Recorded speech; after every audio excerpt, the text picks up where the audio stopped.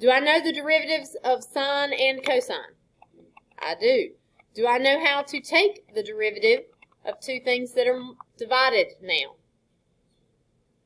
I do. So in order to find this derivative, I can just use the quotient rule when dividing sine over cosine. So it would be low, so I have cosine, times the derivative of the high. What's the derivative of sine? Cosine. Minus high. Derivative of low, which is negative sine x. Over cosine squared x.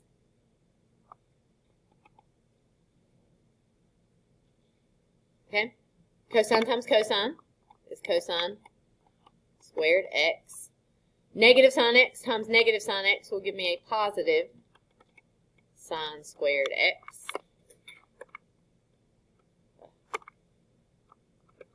And I got that cosine squared x in the denominator. Anybody see something flashing at them that we could change here? Numerator, what can we replace it with? 1. That's our Pythagorean identity right there. So this is just 1 over cosine squared x. And that can be written 1 over cosine, what is that? Not sine. Secant is secant. So this can be secant squared x. Okay. So, this is, at this point, one to memorize. Okay, so the derivative of tangent x is secant squared x. Right? So, if you have to find the derivative of tangent, you could do what I just did and find that it is secant squared x. Or memorize it. You don't have to show me any work for that, right? You can just, if you were taking the derivative of tangent, you just say it's secant squared x. Right? You don't have to show any work for that. So, what I want us to do right now, the other three, cotangent, secant, and cosecant, we can also use the quotient rule to find the derivatives of those. So what I want us to do right now is find the derivatives of these three. And I'm going to break it up for us. This group over here, I want you guys to do cotangent. So you guys do example 2. You four right here, you do secant, and you guys do cosecant. Okay? So take a few minutes to do that. Use quotient rule to find these.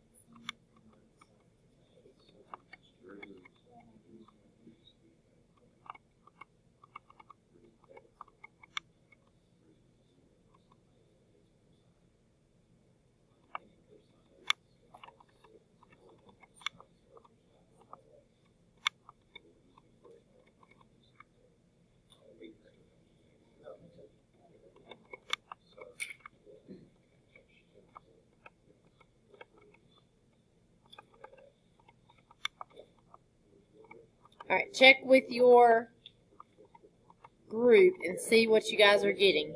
I'm going to have you guys tell me here in a second.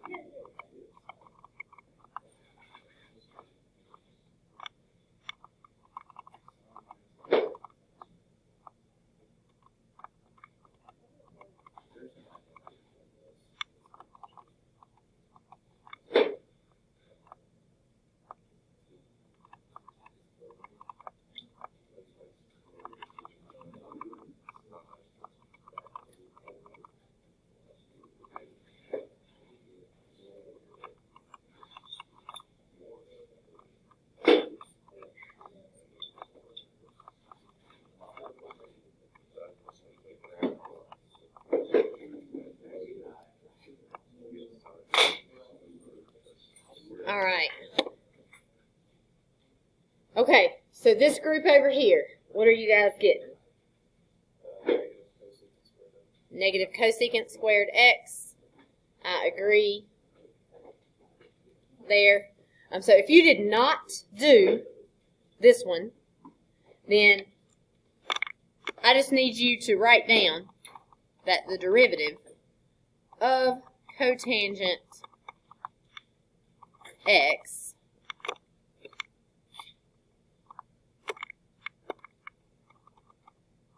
equals negative cosecant squared x. You don't have to put all of that there.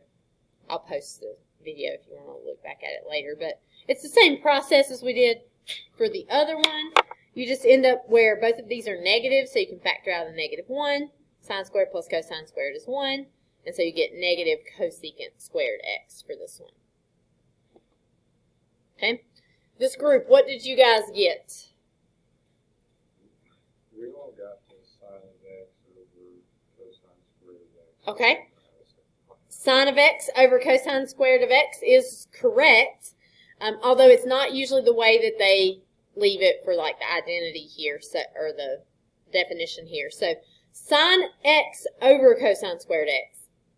When I have cosine squared x, it can mean cosine x times cosine x, right? Which means that I can take the sine x cosine x and write it as tangent, and then for this part, it would be 1 over cosine x, which would be secant. And for whatever reason, typically textbooks write it as secant x tangent x instead of tangent x secant x. But either one is fine. It doesn't matter which one. I think anyway. Most of them do.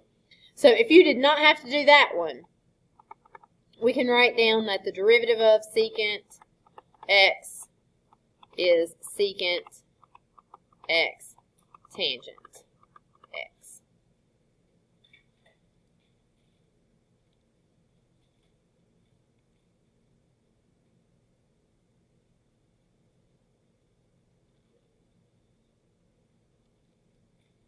All right, here. All right, what about you guys? What did you get for yours?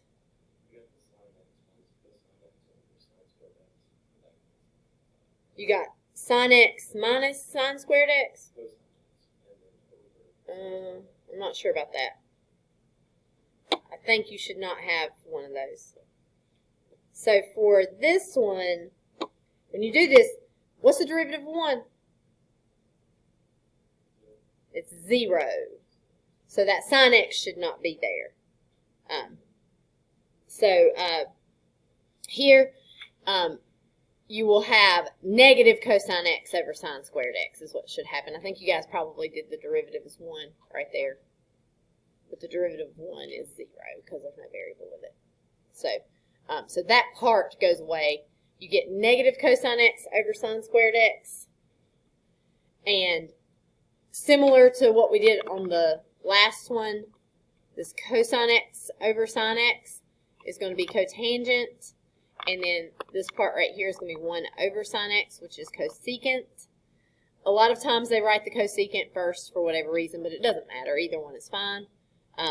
So if you did not do this one, the derivative of cosecant x is negative cosecant x cotangent x.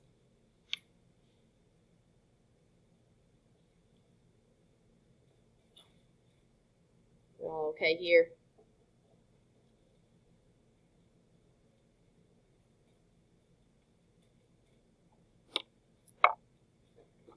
Alright, so make sure that you don't have to have all the work, but make sure you've got these 3 right here written down. So we should now have the derivatives of all of the trig functions, right? We already knew sine and cosine, and then now we have tangent, cotangent, secant, and cosecant.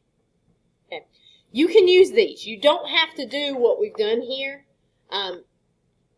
whenever we're doing these in problems now. So let's look at a few examples of what you'll see.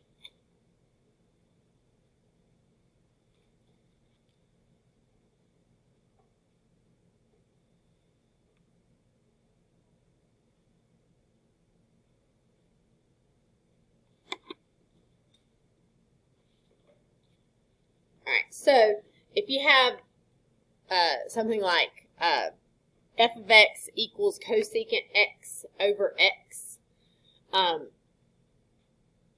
you could move cosecant to the bottom and you'd have 1 over x sine x. But then you'd have like a product rule in the denominator of a fraction, which means you got to do a product rule with the quotient rule. And it really just kind of overcomplicates things if you do that. So I would just leave it like it is. We know the derivative of cosecant now. So you're going to have to use the quotient rule for this. So when we take the derivative here, it would be low times the derivative of the high. And we just found that the derivative of cosecant was negative cosecant x cotangent x minus high, which is cosecant x, times the derivative of the low, which is just 1, all over low squared.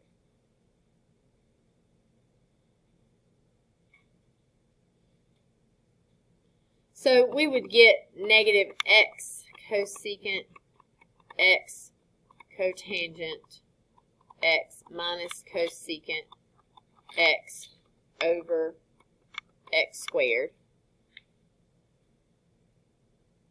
And what you'll probably see happen is they'll probably factor out that cosecant x. So, and probably a negative as well. So if I take out a negative cosecant x, then I would just have x cotangent x minus 1, or plus 1, over x squared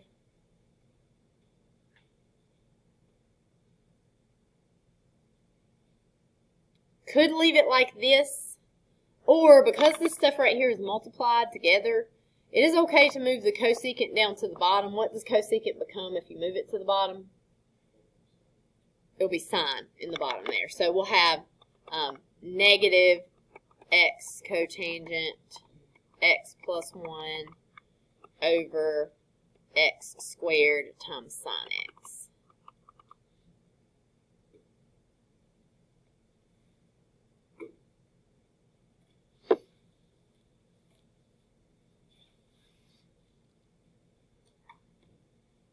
Okay, questions?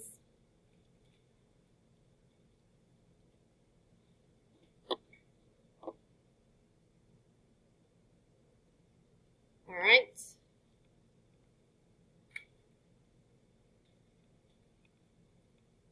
For this one, we've got f of x equals 1 over x plus e to the x tangent x. This really combines a lot of different things into one problem. 1 over x. Do we have to use a quotient rule for that? We do not. How could we rewrite it so we don't have to use quotient rule? X to the negative 1 plus e to the x tangent x. For that second part, how am I going to take the derivative of e to the x tangent x? So I'm going to have to use there. Got to use the product rule for that part. So for f prime of x, for this x and negative 1, we just use the power rule for that. So negative 1 x to the negative 2. And then here, I'm going to put a bracket to sort of separate this out. We're doing this separately. We got to use the product rule here. So we would have e to the x times the derivative of tangent. And we just found that the derivative of tangent is secant squared x plus tangent x times the derivative of e to the x. What is the derivative of e to the x? It is e to the x there. So, you know, they might leave this several different ways. 1 over x squared plus e to the x secant squared x plus e to the x tangent x. I'm thinking this is probably how they'll leave it. There's not a lot else that you can do. I mean, you could get common denominators. by putting everything over an x squared, but I doubt they would do that on this problem. Probably just leave it here. Yes. You can only do that if you only take it out of the second two. So it would look like this if you did that. It would be 1 over x squared plus e to the x, and then you'd have secant squared x plus tangent x, like that. So you could do that, but it would not come out of all three, since that 1 over x squared does not have an e to the x. And there's a chance they do something like that. You never really know. It's why it's important that you're good at simplifying and like shifting your answers to match what you see there, because you never really know what the back of the book is going to do with it for sure. Sometimes they change everything to roots. Sometimes they leave them fractions. Sometimes they simplify this. Sometimes they don't. Sometimes they factor out a GCF. Sometimes they don't. It's kind of hard to tell what they're going to do with it. And it's the same way on the AP exam. Like, there's no, like, standard, like they always rationalize the denominator. They always use fractional exponents. Like, that's not the case. So you just have to be good at recognizing, hey, my answer actually is the same as this answer. Here. All right, so I have got two things for you. The first is this lovely homework assignment that you have here. It's pretty short. Should not hopefully take you so long. Hopefully you can get it done before you go. The second is not required because we were going to have more time for this and we got a little bit behind, but I have already printed it. So the second is a worksheet, and it's one of those circuit worksheets. We've done one of those in here, haven't we? Where, like, I don't know if you have. Maybe I did those in free time. Okay, let me tell you how to do this worksheet if you want to. This is going to be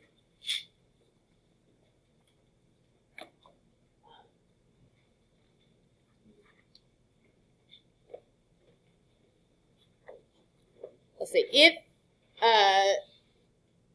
if you want to do this worksheet, I'll give you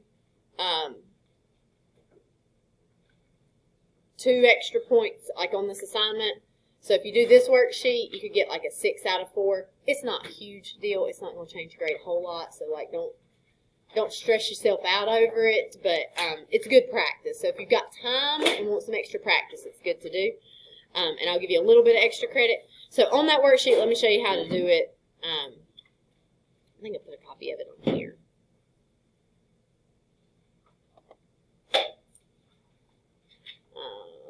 Maybe.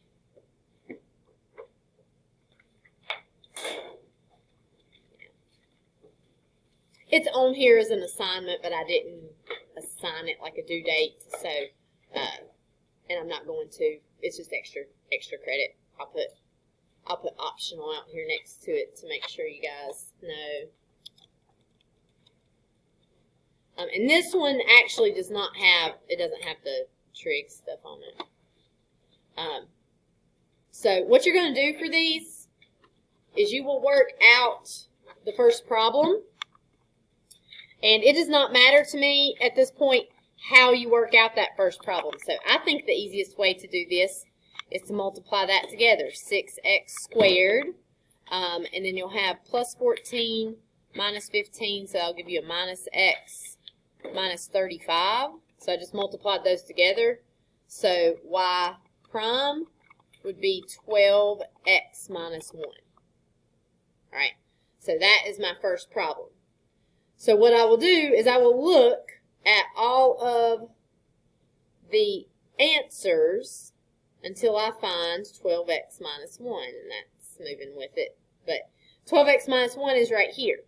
So that means this is the next problem that I'll do. So on this page right here, I'll put this is my number 2. All right?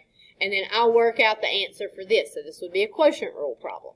And you would have to do 3x plus 7 times 2 minus 2x minus 5 times 3 over 3x plus 7 squared. And you'll simplify that and you'll look for that answer. So let's say that it was this one. It might be, is it? Yeah, I think it's going to be this one. I think it's this one right here. I think you're going to get negative 9 to 14. No, I don't know if it's that one or not. Let's see. Let me just finish it, I guess. You get 6x plus 14 minus 6x. You have minus 15, but it becomes a plus 15 over 3x plus 7 squared. So you get, that'll be 29. Am I doing that right? Over 3x plus 7 squared there. Is that an answer? Or have I messed it up? Yep, there it is. So 29 over 3x plus 7 squared. This will be your third answer. I love these worksheets because it checks your work for you without having to give you a key with it all worked out, right? Because if you don't see your answer there, then you've messed up. If you get back to the start too early before you've done all the problems, then you messed up somewhere. So I like these worksheets. So this will be extra credit. If you do this, it's a couple extra points on that assignment. You can get a 6 out of 4. If you get like half of it done, I'll give you 1 extra point, but it is optional there. The book homework, though, is not. You have to do it. Okay? All right. Questions?